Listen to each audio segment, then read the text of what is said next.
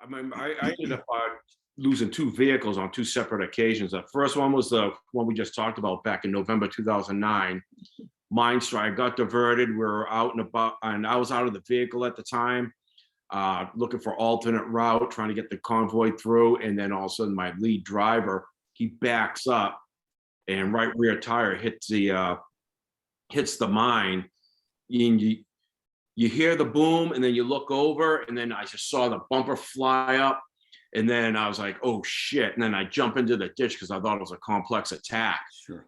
But it wasn't. So then we just started running in towards the down vehicle.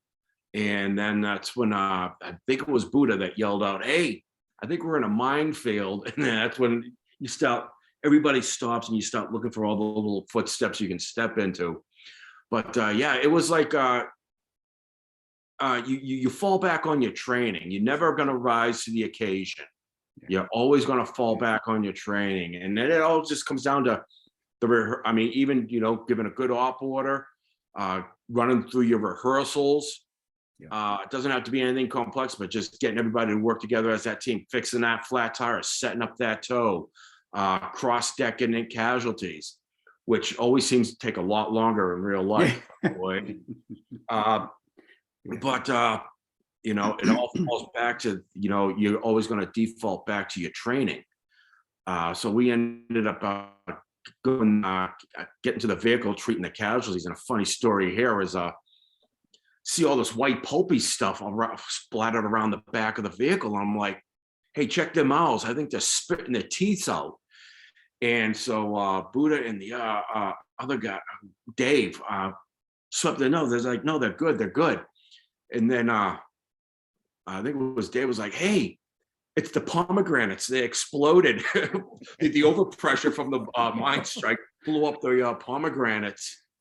So yeah, we always laughed about that one. I was like, exploding pomegranates. Who knew? And then my second time was when I lost when I took my first 2 KIA on the way to it was on the way to Organy, from Sharona to Organy, and that's on Route Jeep. Yeah, that's Route Jeep. Yeah. And that's when I lost my lead gun truck again, and it was a double stacked Italian anti-tank mines. They went ahead and they hit them with they had them connected to wires. They touched the battery and boom. Wow. Once again, the training kicks in. You make your call. Hey, let everybody know what's going on. Then you're getting up there. You're treating the casualties. Yeah, but it's very humbling. This first time you see one of you guys in the field that you just put there, it's very humbling. I mean, to sit down there and see them dead.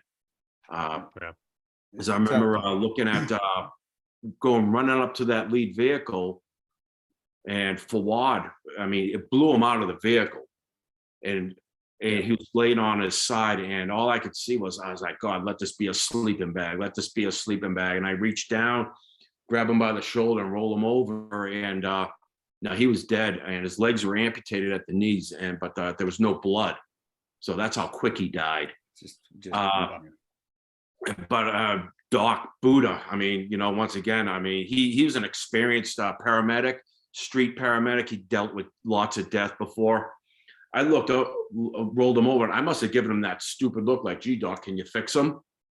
And he's like, fuck him, he's gone, let's go. And I was like, yeah, no shit, let's go. Boom. You kick into that mindset, work to save the living.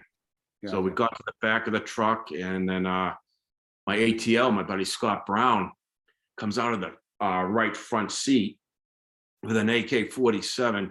The blast blew off all of his gear because he had the chest plates on, gotcha. Not full wraparound. Yep. So he had a AK-47, and he's running up a hill, and I'm chasing after him. So he gets up the hill, and he's like, dude, I'm so fucked up. I'm on adrenaline right now. I was like, dude, whatever you do not leave here. All right, we got to be able to get you. And he's like, I'm on adrenaline. I'm so fucked up right now. I was like, all right, we're going to get out of here. We go back down, and I help them pull Pero, the Serb driver, out of the vehicle. And yeah, you could tell just by looking at him, he was gone. He was coughing up Sure. lots of blood, and I was like, God damn, sorry, bro. I'll catch you on the other side, I guess.